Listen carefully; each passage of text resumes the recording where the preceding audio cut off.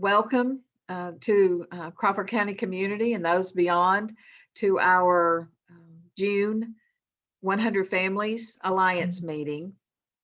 This month, we are really fortunate, and I'm excited to hear about this, to partner with DCFS on having some awareness brought to the team decision-making process that they are tweaking a little bit here in Crawford County and across the state. And we're excited to see innovations they're bringing to that process that will help move families to success. So that's going to be our program for today. And I'm going to introduce Mr. Graham in just a minute. Couple of announcements before we get started. The resource room, I wanted to let everybody know that we're still working on the resource room, which is here at the City Court Complex. Adult Ed has moved into the City Court Complex. We have several other partners that are experimenting with having offices over here. And at some point, we want to open up a resource room once or twice a week or a month, whatever we need, and invite everybody, all the resources from the community into one place so that families can come and very easily have interviews or fill out papers.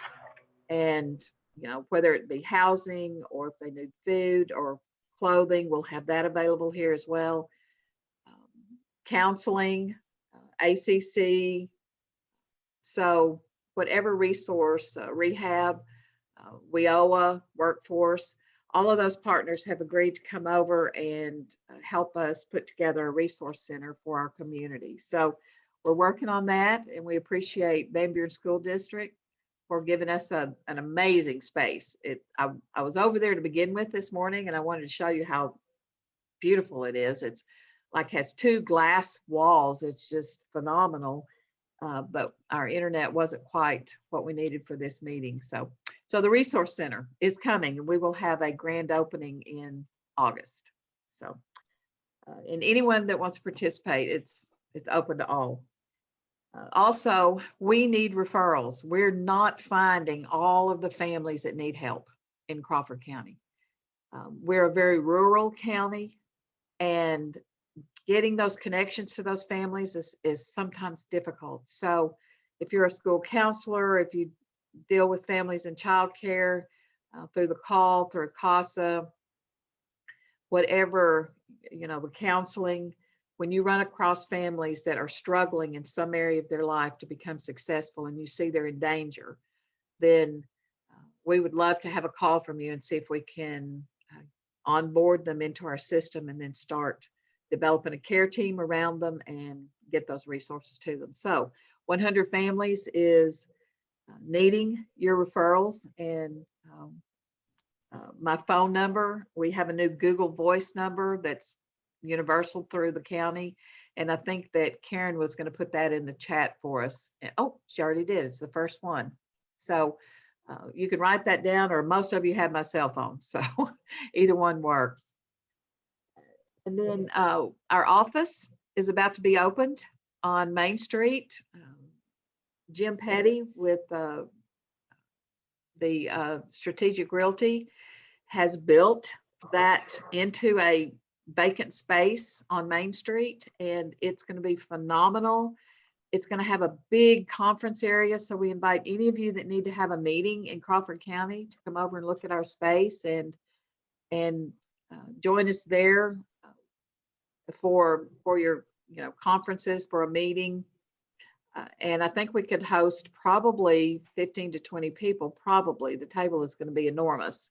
So we would love to invite you into that space. United Way is, of course, my employer, and they're a partner on this office as well. So I think I'm through with all of my announcements. Does anyone that's on the call have an announcement or something they would like to tell the group before we start with our guests from Little Rock? Okay, all right. We've got an amazing group gathered together here. And I wanted to introduce Mr. Graham because when I read his biography, I'm like, this guy's done all this in his lifetime. So just let me tell you about just a couple of the crazy, I mean, I don't know how you got all this done, but he's got a great biography. I'm going to read the first part here. He has accepted the appointment and became the DCFS statewide team decision-making supervisor and Care Portal statewide primary contact for the Department of Human Services Division of Child Services in the state of Arkansas. That's a long title, Mr. Graham. And he did that as of June 2018. And prior to that, Mr. Graham accepted, he was in Pulaski County, is that correct? That's correct. Yes, and was there for like 28 years. So he's been boots on the ground. He knows all, he's probably shared in just about everything that DCFS has done. And over 30 years in child welfare experience. Then when I got down further in his bio, he's a senior pastor. He's also has been a substitute teacher. He has founded a nonprofit organization that I love the name of it, 5 Porches, which works with people on, all the needs that we've been talking about here. The 5 areas, it looks like a food pantry, clothes closet, mentoring, prison and jail ministry. Really a need for that. And then also he's been in the Army National Guard. Like, and he graduated from Arkansas Baptist College and has like a line of all these degrees and classes and certifications. So, and also Mr. Aubrey, I did not get your bio. So if you would tell us a little bit about, where you're working now, how long you've been there, and give me a little bit, give this group a little bit about yourself as well. And then we'll turn it over to Mr. Milton Graham from Little Rock and Mr. Aubrey and let them conduct our little training. Great. Thank you, Ms. Douglas. My name is Jerry Aubrey. I'm the Area 2 Team Decision-Making Facilitator. Right now, I'm covering Sebastian and Crawford counties. I'm actually about to hit my 10th year anniversary with the Department of Human Services. I've wore several hats. I've been a field investigator. I've supervised investigations, and now I'm a facilitator. This has been my favorite role with the department because I really feel like it allows me to assist our field staff in making decisions in regards to child safety and ensuring that we have the best possible outcome. I'm a veteran as well. I was in the Army, and I have a bachelor's degree in criminal justice, and I minored in art from the University of Arkansas. A lot of diversity in your lives that, I think that's good to bring to the table. I also want to mention that we have Sarah Sharam, who's the Area 2 coordinator, and that's 7 counties, and she's housed in Sebastian County. She's the one that brought this idea to me. She's on the call. And then also Tara Watkins, who is the Crawford County supervisor, is on the call. So we have a lot of representation from around our area, and then of course from Little Rock. So I'm going to turn it over to Mr. Graham and Mr. Aubrey, and I'm going to sit back and enjoy learning. Thank you. Well, thank you for the gracious introduction. And listen, I go back and I think about all the things that the Lord has blessed me to be a part of and to do. It's obviously I call it ministry. It's what you have to love. You have to love what you do, and you do what you love.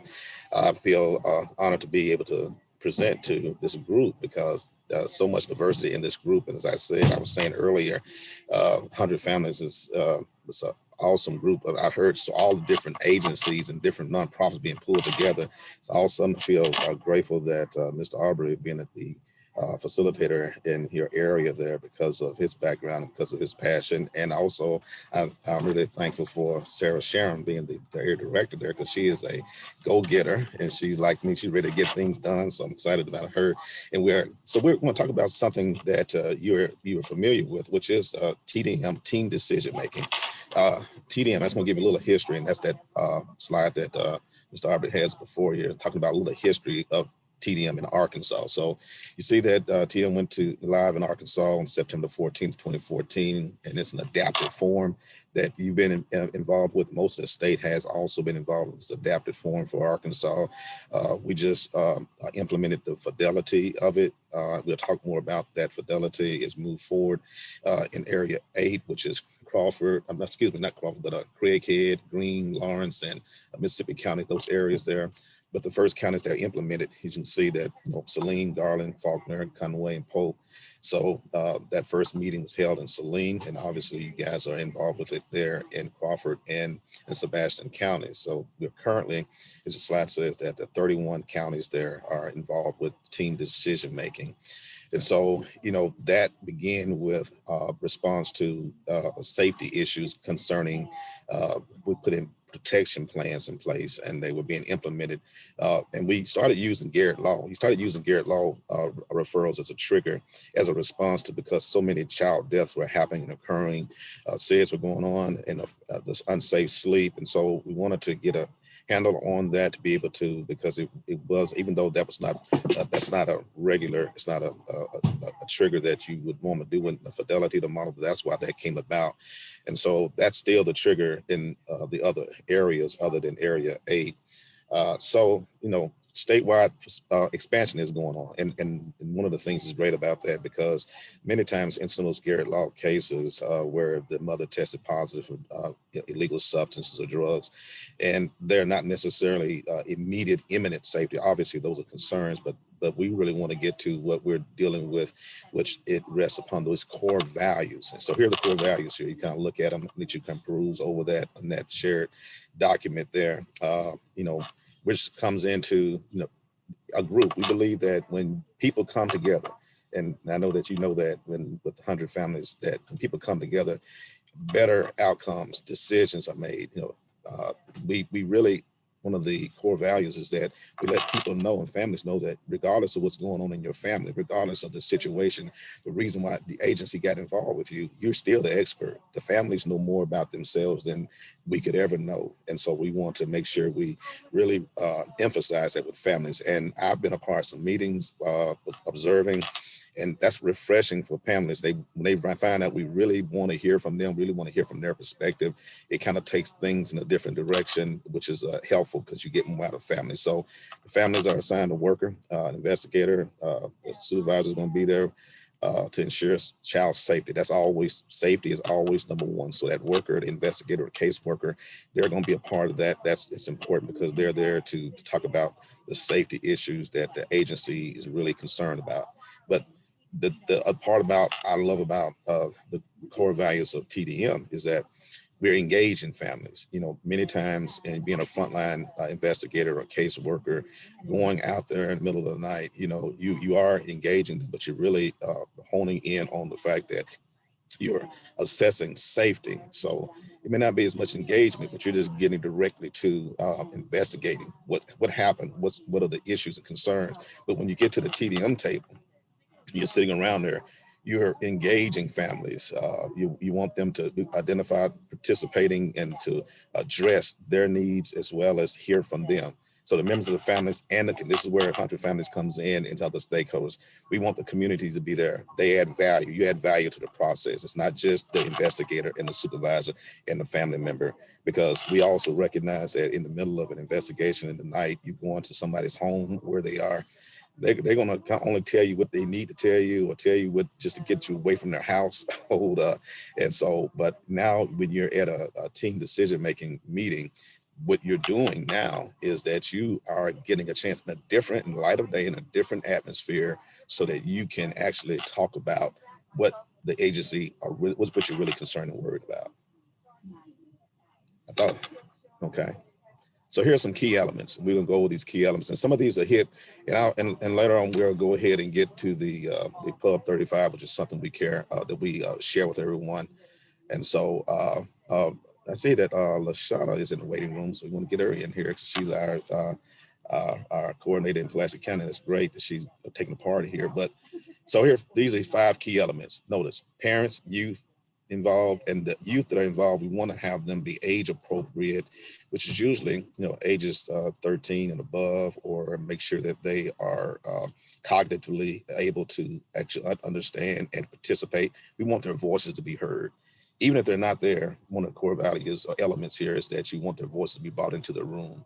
So timing, that's important. This is what we're talking about right now as we're moving into fidelity, the timing of the TDM meetings, and we call them live meetings. What we're talking about doing is being able to get to the table, to have a meeting within 72 hours before court actually occurs, or before the agency actually has taken emergency custody. There'll be times that emergency custody had to be taken because of something happened, but we want to try to do as many meetings as we can. And we pull data. We pull data to kind of look at and try to see how many meetings we're able to have before we actually separation, because we know that trauma takes place even when you have to remove children for their own safety, but that's also a traumatic event itself. So the other element here is inclusive. You're inclusive and it's informal. So you're there in a meeting, the supports are there. Again, we want the family, we want anybody that cares about them, that they care about, they may be the support, and as many community stakeholders that we can to come to that meeting. Now, one of the things that we have to continue to share with our staff is that we know that they're concerned about confidentiality, concerned about being confidential. At the very beginning of that meeting, the facilitator, which comes in with Mr. Arbery, who is one of our skilled, experienced facilitators. He knows policy, he knows agency practices. So at the very beginning of that meeting, what we want to do, and we found it to be true, not only in the state of Arkansas, but others we share with history from our technical lead, Pat Rideout, who's been at the forefront of TDM almost since it began, sharing the other states.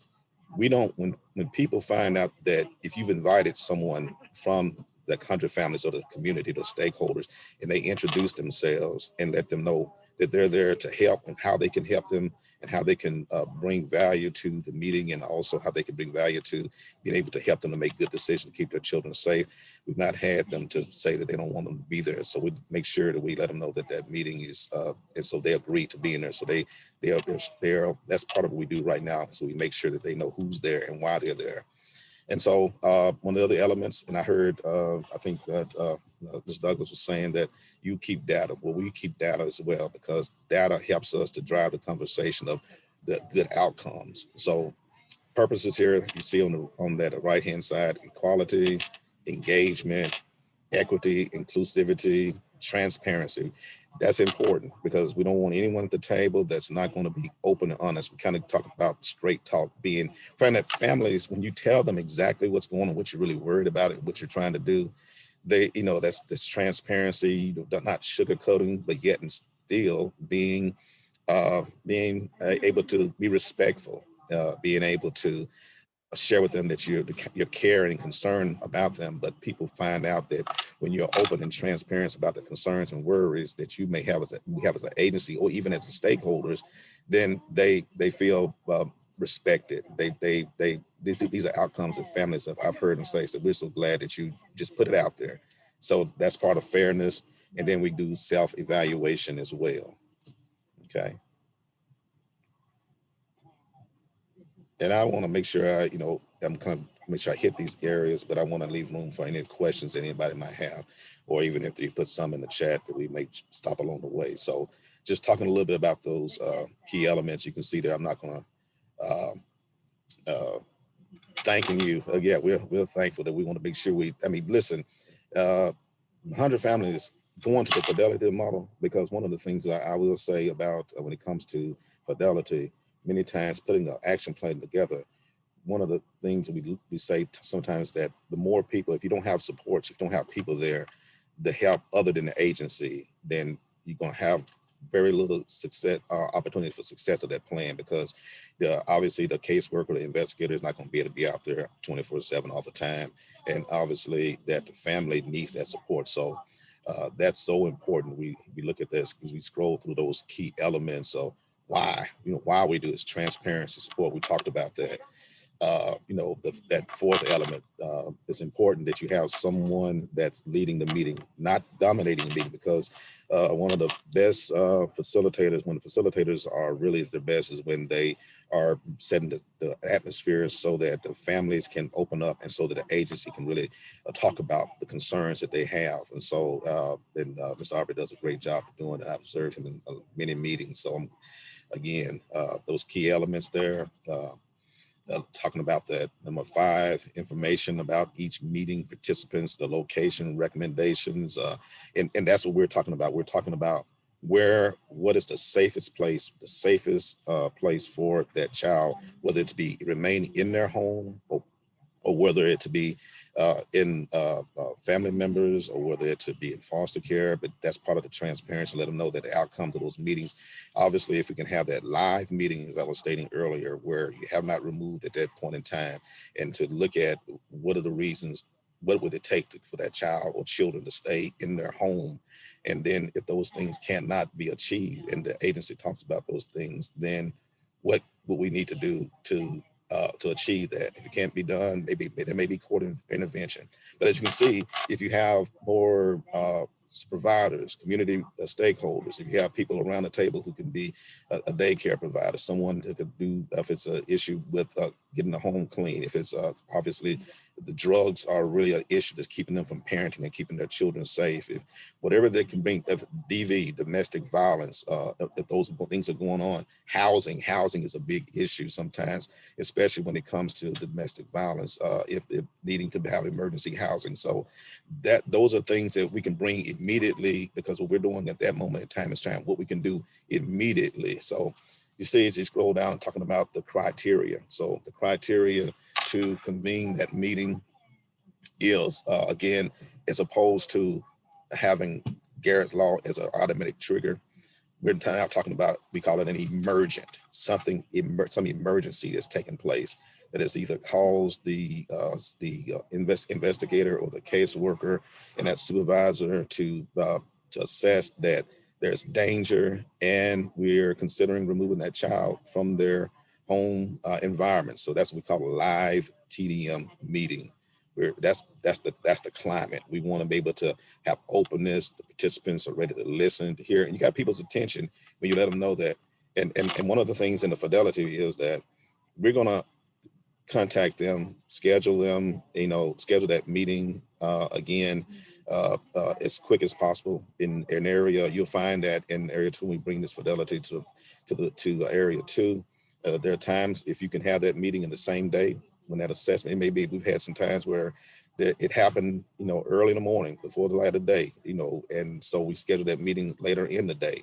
We have the ability to do that, and that's why it's important that you have someone like Mr. Aubrey, to be flexible, available to schedule those meetings. We've been able to do that in Area 8, and although we have 2 facilitators, but right now we're thinking with what we've looked at as far as all of the issues and concerns with the Garrett Law. So many of the data showed us that many of the referrals that we've done for TDM in Area 2 has to do with Garrett Law, and a lot of those are not necessarily where we've identified a safety issue where it would cause to consider removal. So I know that the investigators and the caseworkers are really gonna be glad so that they can really concentrate on being able to deal with those where we really are considering removing those children, or the children had to be removed, as opposed to where we're doing them in Garrett Law reports where we're not really concerned about, not really concerned, we're not looking at possible removal. So to give them opportunity to dig into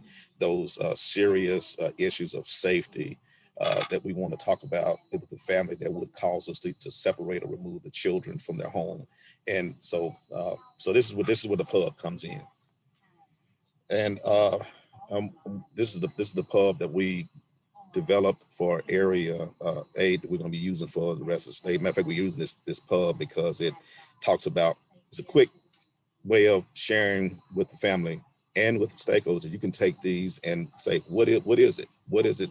And so it says team decision-making meetings are held whenever the Division of Children and Family Services has concerns about the child's safety and might require temporary placing the children in foster care. This is it.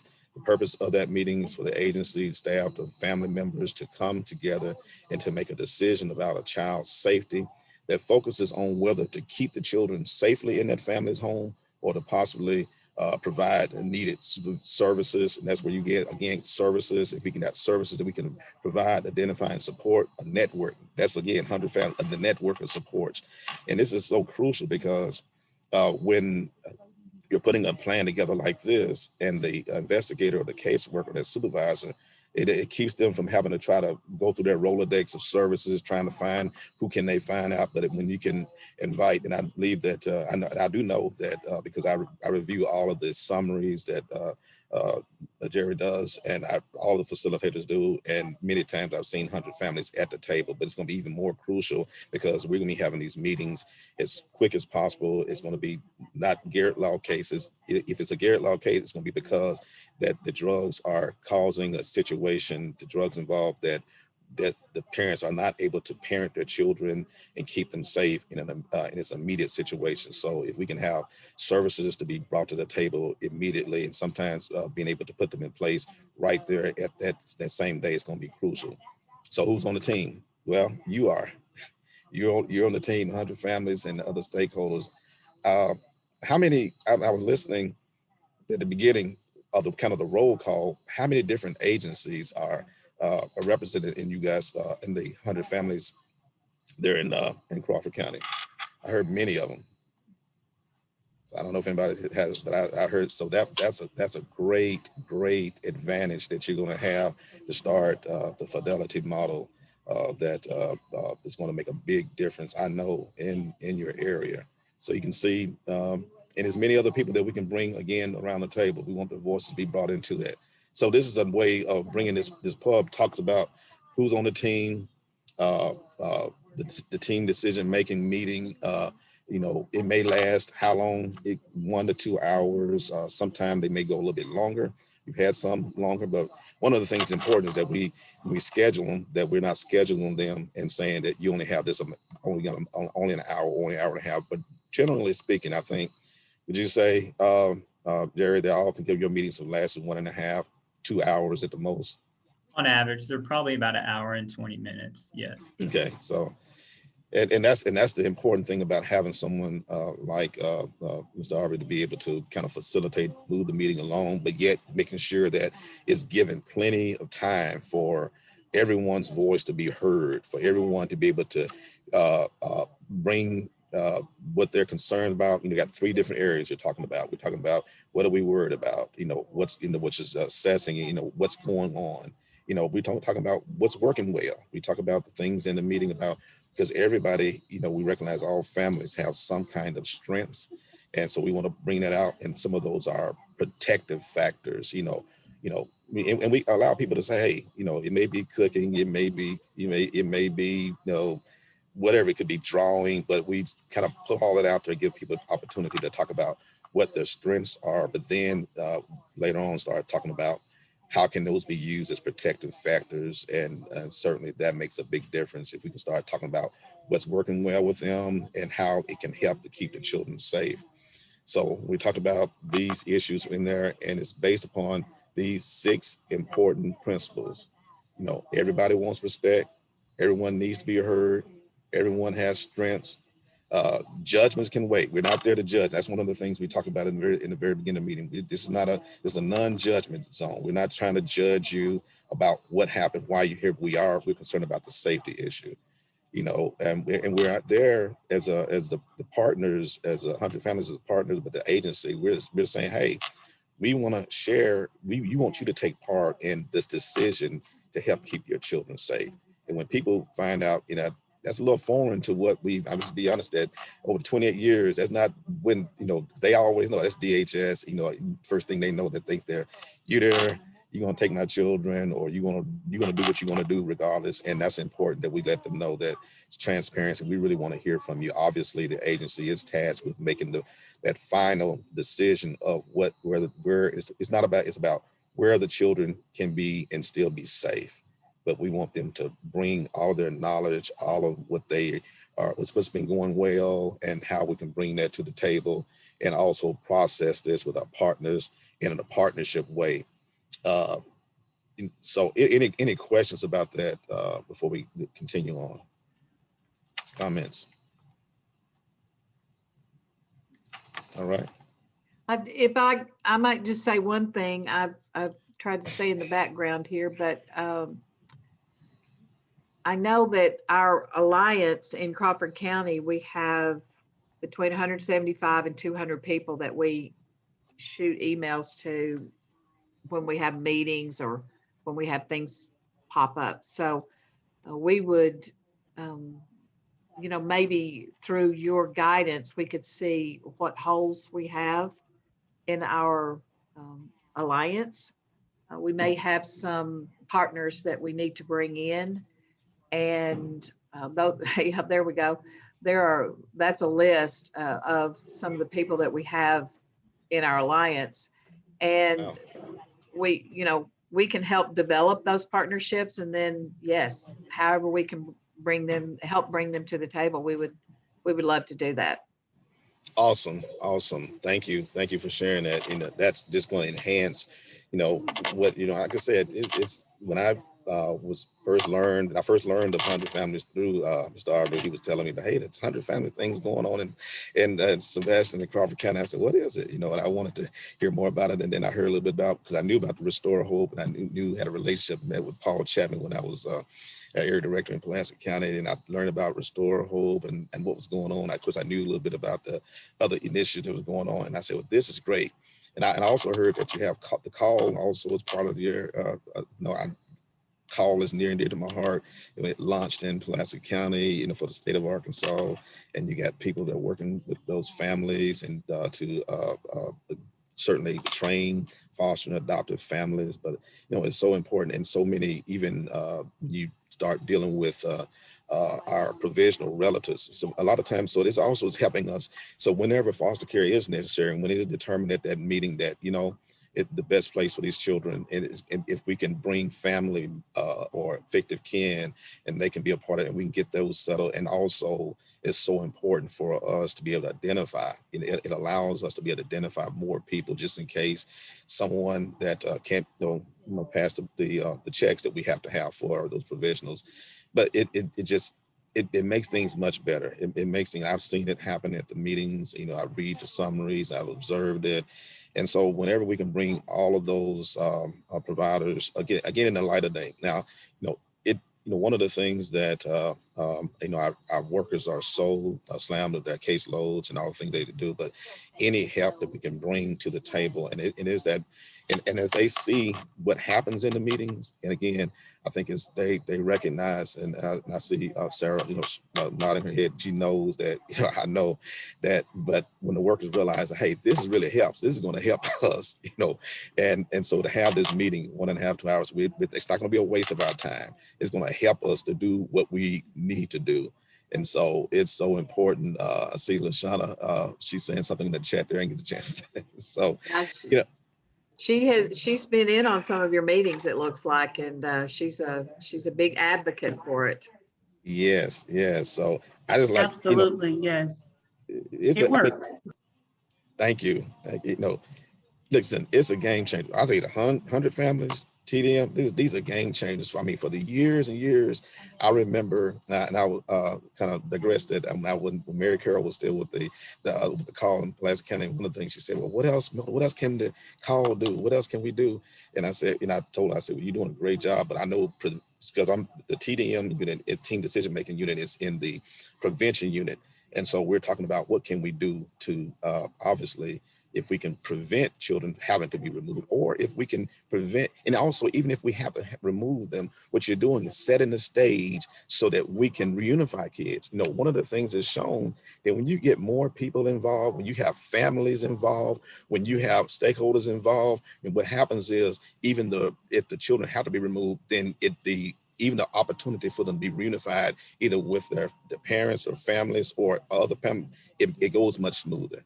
The outcomes are much better for families. And what I love about it, it also changes the narrative on DHS.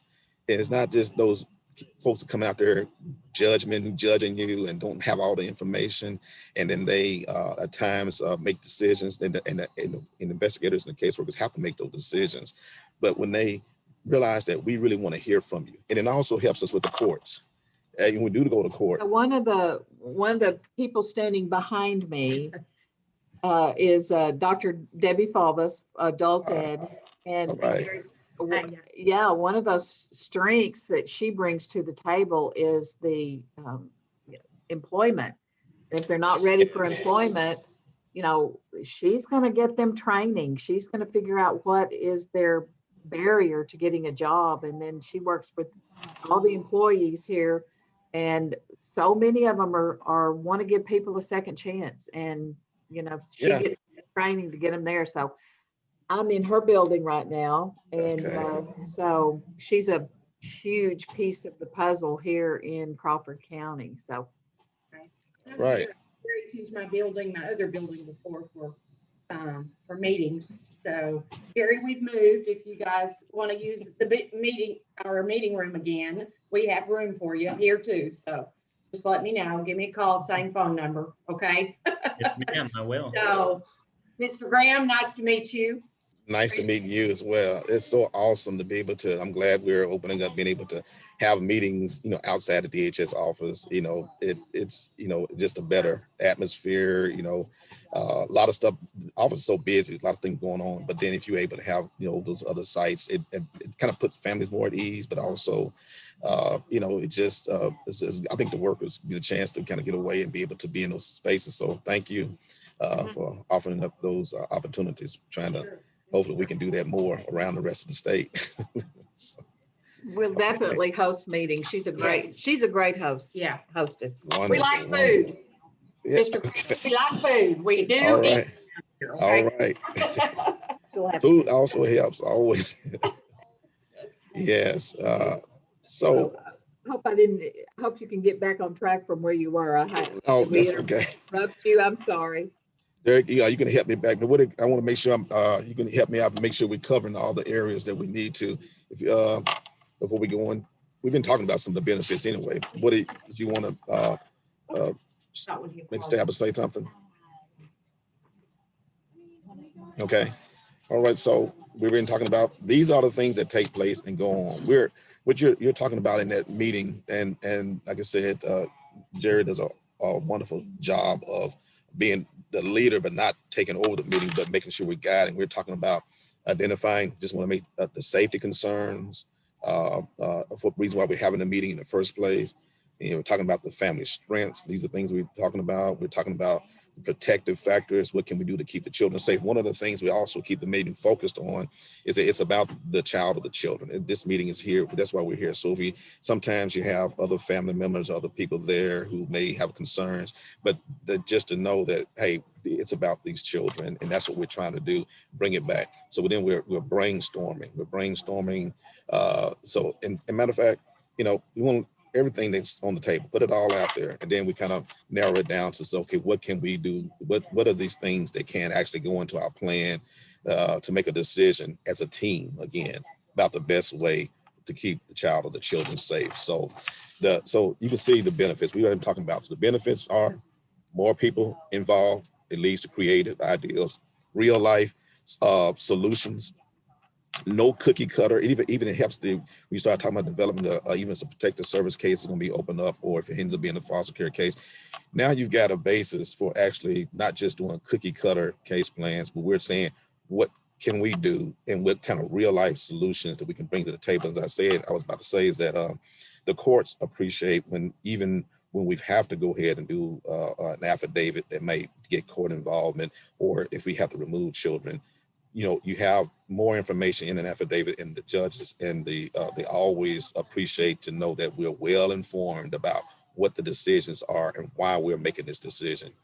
The child sees the people important to them involved. So that's why when we talked about that, if you have age appropriate children, that's another one of the data points that we try to keep up with when you have children who are usually at age 13 and above, to be a part of that meeting.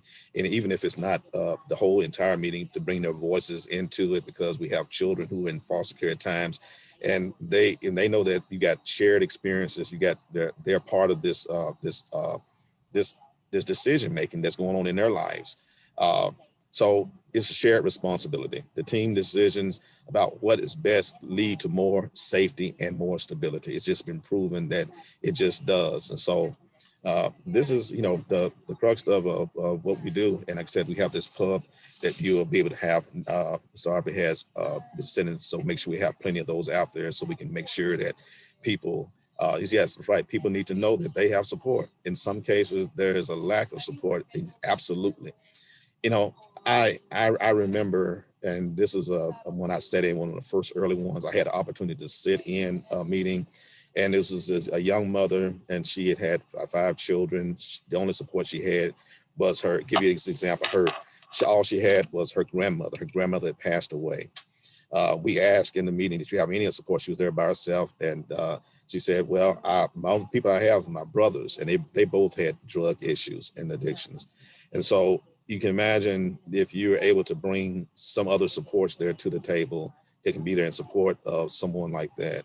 That makes a big, big difference. Again, because it can't just be the caseworker.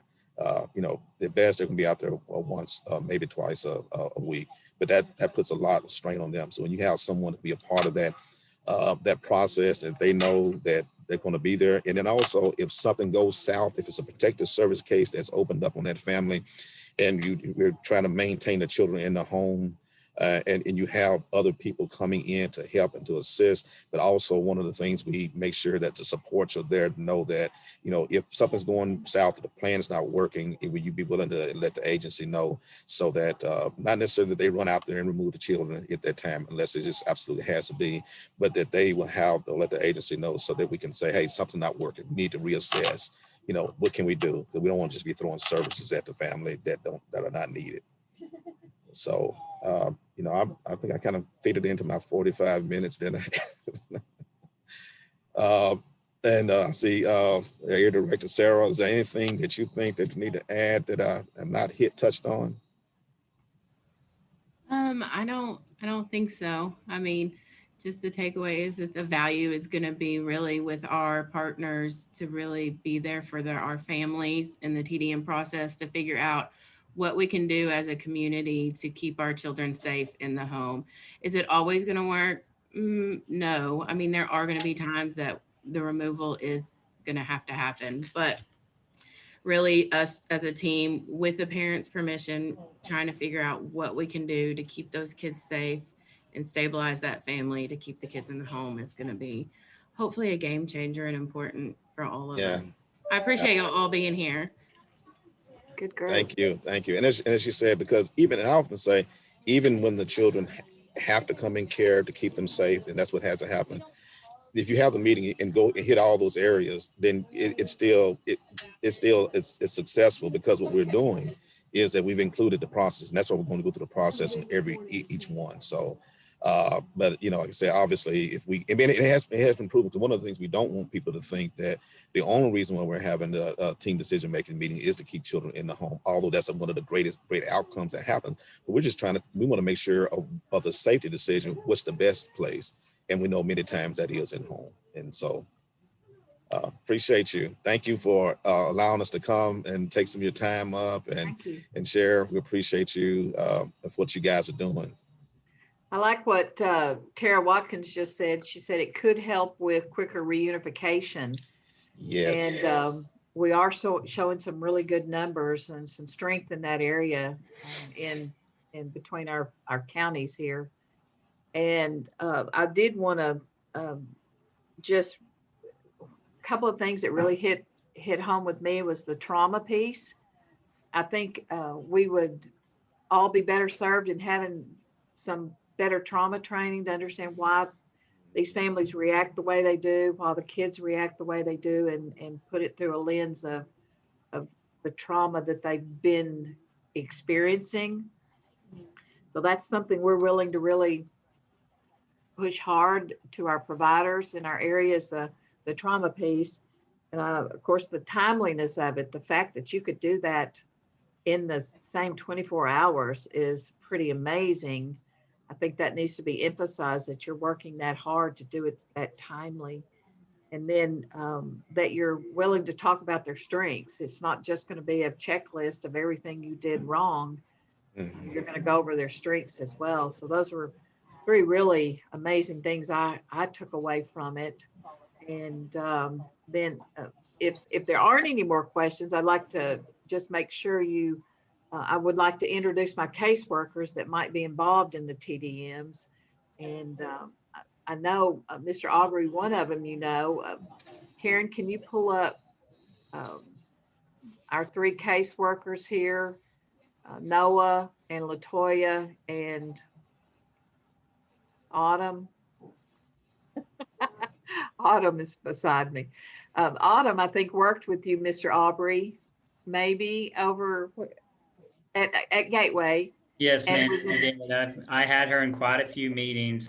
She did some amazing work with a lot of single mothers with young babies who had substance abuse issues. And she was a great resource for me. And we would actually have the meetings on site at the Gateway Recovery Center while the parent was inpatient with the child, placed with them at a specialized women's center. And it was amazing work she did. Absolutely. So she's one of our caseworkers that is actually employed through Adult Ed. We have a partnership with TANF, and Awesome. it's really amazing. So she's here on site at Adult Ed, and she understands the career piece. And then she has that background from Gateway, so she's great. And then we have Latoya Shepherd, who is a second case manager, and she comes from being a minister herself. There's Latoya. And she's got some certificates, training, degrees in family counseling. If I'm saying that wrong, Latoya, you can help me out. But It's family life education. family life education, and so we are amazingly, really glad to have her. And she's been going to our juvenile courts and our DCFS courts, and visiting with parents there when they're in their moment of crisis, and visiting with those kids. So we're tickled to have Latoya, and she's really adding a lot to our team as well. And then we have Noah. I think he's home. He was a little bit under the weather, and he's a young kid. He's the youngster on the team, and he's just a ball of fire. He's all about helping these families, and whatever it takes, he's going to do. So I've got three rock stars here in Crawford County that are ready to participate in any way they're needed. So It's truly an awesome thing. I said, I'm thankful that, again, I've been working with the agents to see this come to fruition, where you have people coming around the table, because all the DCFS, DHS is tasked with administering the child welfare system, but it can't be them by themselves. And so, the 100 Families Initiative team decision making, the values that we bring to the table with families, again, I agree with Sarah, it's a game changer. It's making a big difference. So thank you for what you're doing. And I don't know that if you all know, Mr. Graham, if you know that this building right here has a courthouse on the other end. And so our judges, our prosecutors, our defenders, our parole officers, ACC are housed like 5 doors down from me. Oh, wow. So they bring people down to us. We bring people to them. The judge, recommends that they use our services and Adult Ed, and it's a really phenomenal. To me, it's it's kind of a pilot throughout the state to see all of us in one building. So it makes it easier for us to have meetings and get together and consult about people. Excuse me. So Judge Baker, yeah, is here in court. So So, Mr. Graham, when you're in Crawford County or Van Buren, come visit us. We'll I'll give do you it. a I'll tour. be sure. I hope you Look can forward. come. I look forward to coming. we would To, love that. yes. So if we don't have any more questions, I need to share our data. And then if we gather some more questions, we can get back to Mr. Graham. I'm going to turn it over to Karen Phillips, who is my boss. When I say that, she just says, no, I'm not, but yeah, you are. So she's the one that crunches our numbers and is so important to the organization to keep us going. So Karen?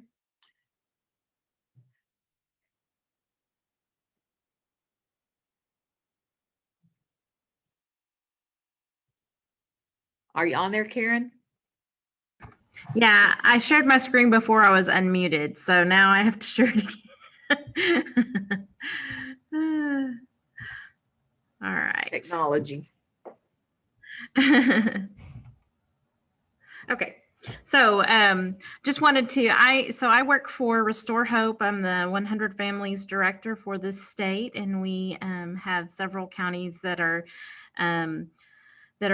currently participating in 100 families. So actually we have on coordinators from those counties here today, most of them.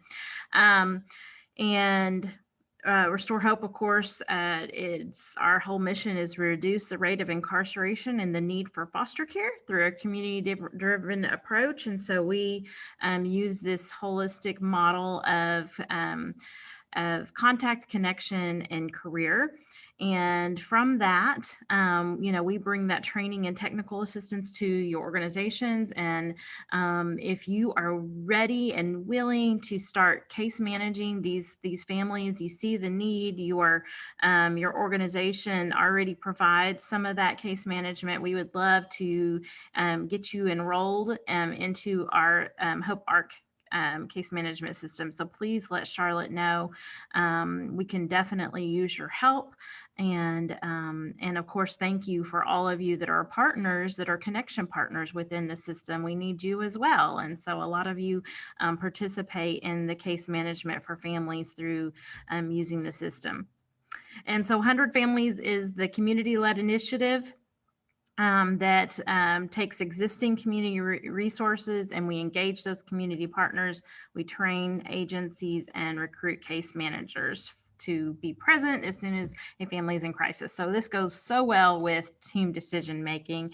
The partnership is just a natural fit for us, and so is it with United Way. So Charlotte is our United Way of Fort Smith 100 Families coordinator for Crawford County, and I'm a Crawford County girl myself. So so I actually office here. So we're seeking organizations to provide those better services and outcomes to the families. This is whenever y'all launched. So we're about 9 months in right now to the launch of Crawford County 100 Families. And these are the organizations that had signed on as collaborative partners, and you may have not signed on in the beginning and want to be added to this list. Just let me know if you do, and we welcome all partners. So Crawford County has 107 active families right now, and 146 served to date since that launch. 5 new families in May, and 247 children are in those active families. These are our providers. So Crawford County Adult Education Center, Western Arkansas Child Development, Restore Hope, and STEPS are all partners providing that enrollment service, and then making sure that the client continues to be connected and continues to be contacted. So that's who those primary providers are, although we have multiple organizations connecting within the system and outside of the system with our families. families. So the child welfare case types, this is always very interesting. About 65% do not have a child welfare case, and 57% of those are custodial. So their children are at home, they're in multiple areas of crisis in their life, but they have no case open with DCFS. And so we're acting as a prevention tool, a tool to prevent the crisis escalating into something that would require a case to be opened.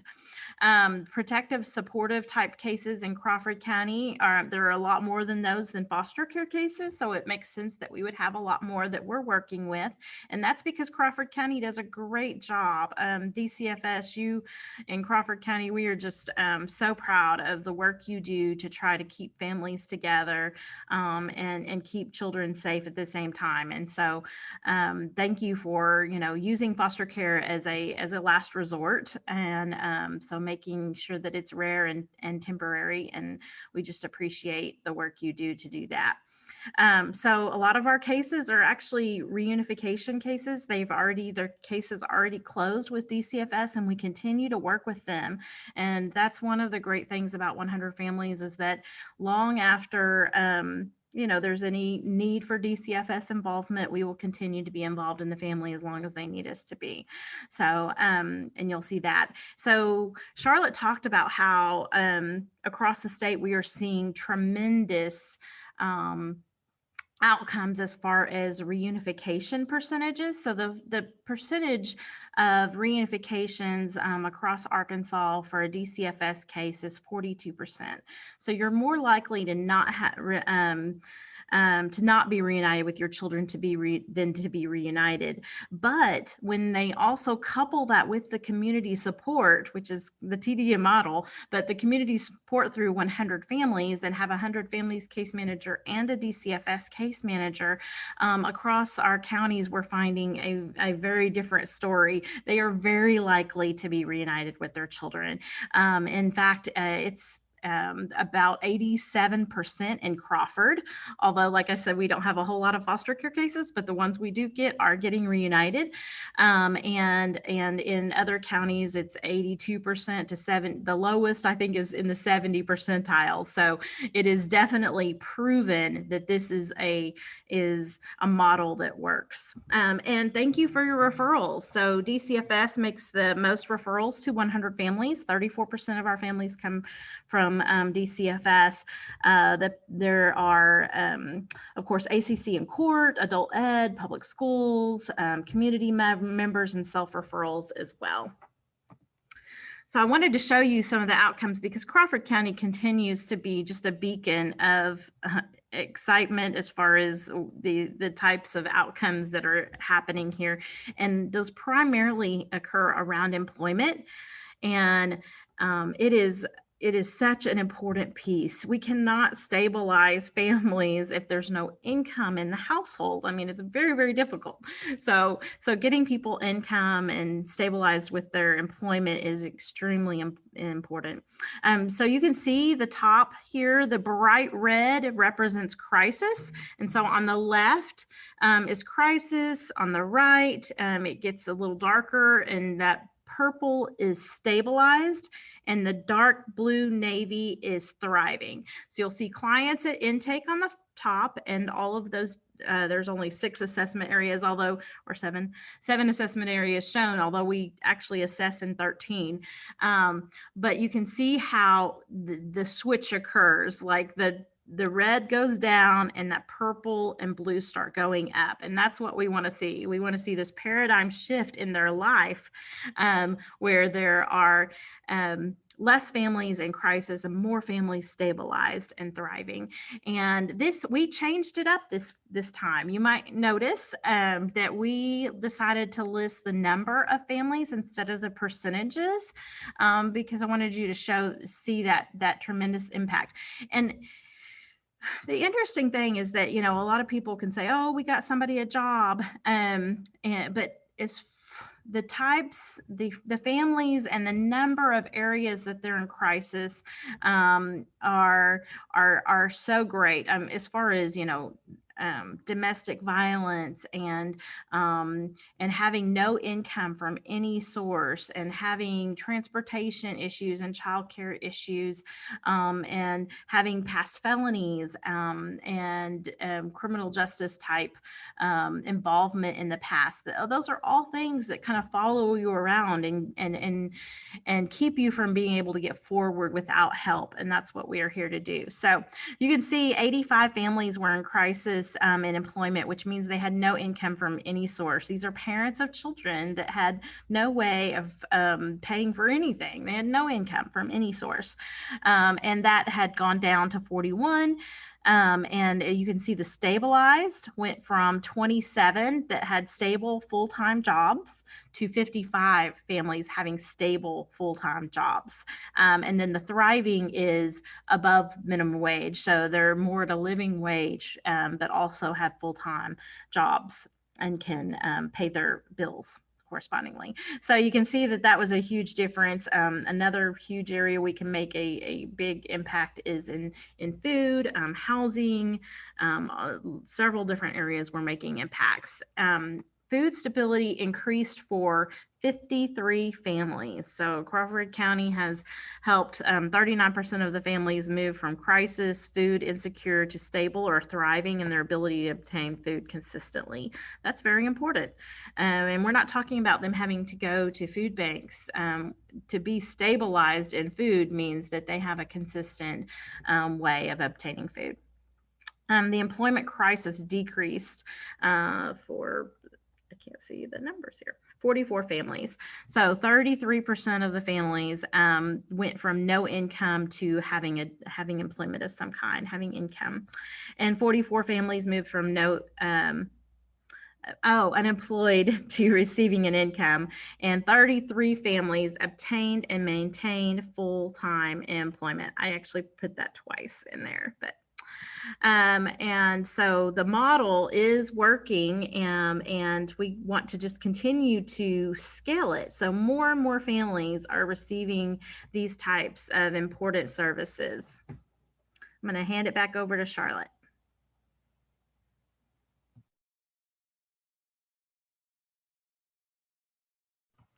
I bet Debbie's in there talking to her. I know that's what's happening. No, Blame you. it on me, Karen. Go ahead. Yeah, no, I have a love-hate relationship with technology. I can't even get my mouse to work most days. But that's all I have, unless there are questions. I really appreciate Sarah Sharon bringing this idea to us and allowing us to share this information with our partners.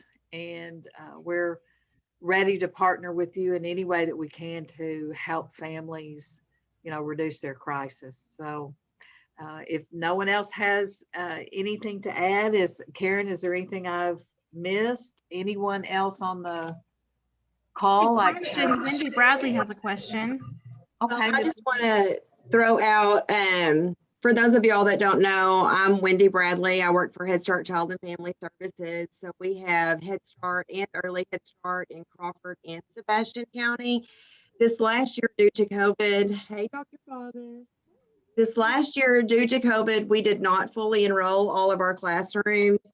So starting this August, we are going to be back up to our full enrollment. So that's 17 kids in each preschool classroom and 8 infant and toddlers in each early Head Start classroom. And for our early Head Starts, everything's provided: diapers, wipes, formula, baby food. Even for our preschool, all of the supplies are provided. And then we also have the extended hours and classrooms that go through the summer. And that's for parents who are working at least 25 hours a week or going to school full time. So we are starting to work on our roster for the upcoming school year.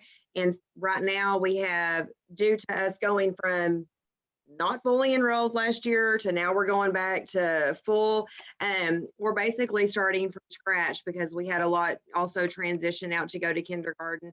So right now we have over 100 preschool slots available that we are filling, and we have a little over 60 infant and toddler slots, which are usually super, super hard to come by. So if you have any families that have infants and toddlers or preschool age, like this is the perfect opportunity for them to get in the program. And once they're in, they're in.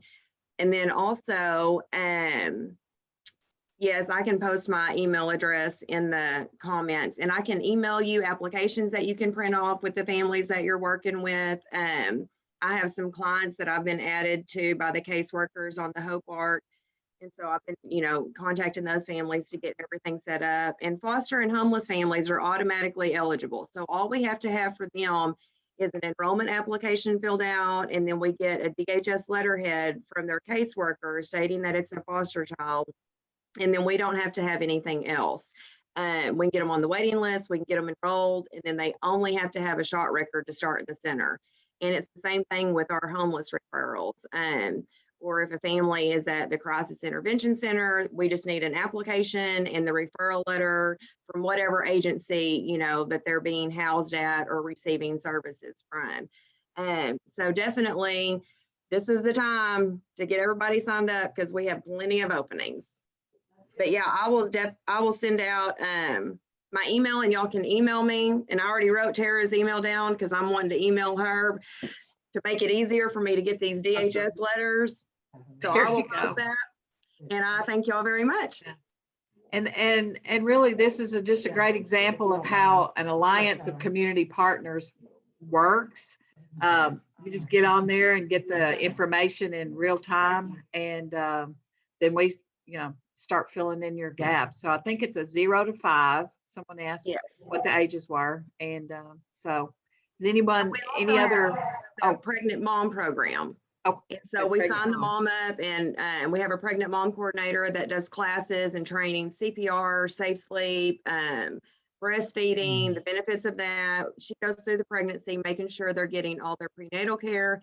And then once the baby's born, they automatically transition into our early Head Start program at 6 weeks. And then they're there until they turn 3. So if you ever need to work with adult ed to make sure the moms are working or looking for employment, then we need to make that connection. You can. Oh, we you can got call. that. We done got that. We're all interconnected. Yes. Got Autumn. So Yeah, Dr. Faubus, she is on our Head Start board, and she often serves on my committee of 1. she's the whole committee.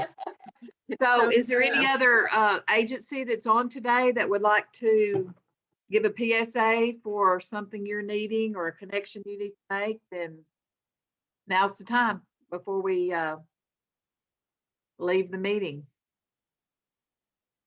Thanks, Wendy, so much. And again, thanks to Mr. Graham and Mr. Aubrey and Miss Sharon and Miss Watkins, Tara, all of our DCFS workers. We want to hold you up, and be a partner with you and help you. So shoulder to shoulder. So let us know how we can help. If there's nothing else, then Karen, I think we'll shut the meeting down. Mr. Graham, would you like one last word? Just to say thank you again. We look forward to coming there and traveling. I like to get out. That's one of my favorite things to do is get out and travel. So I'll be coming to see you soon. Invited. All right. Thank you. All right.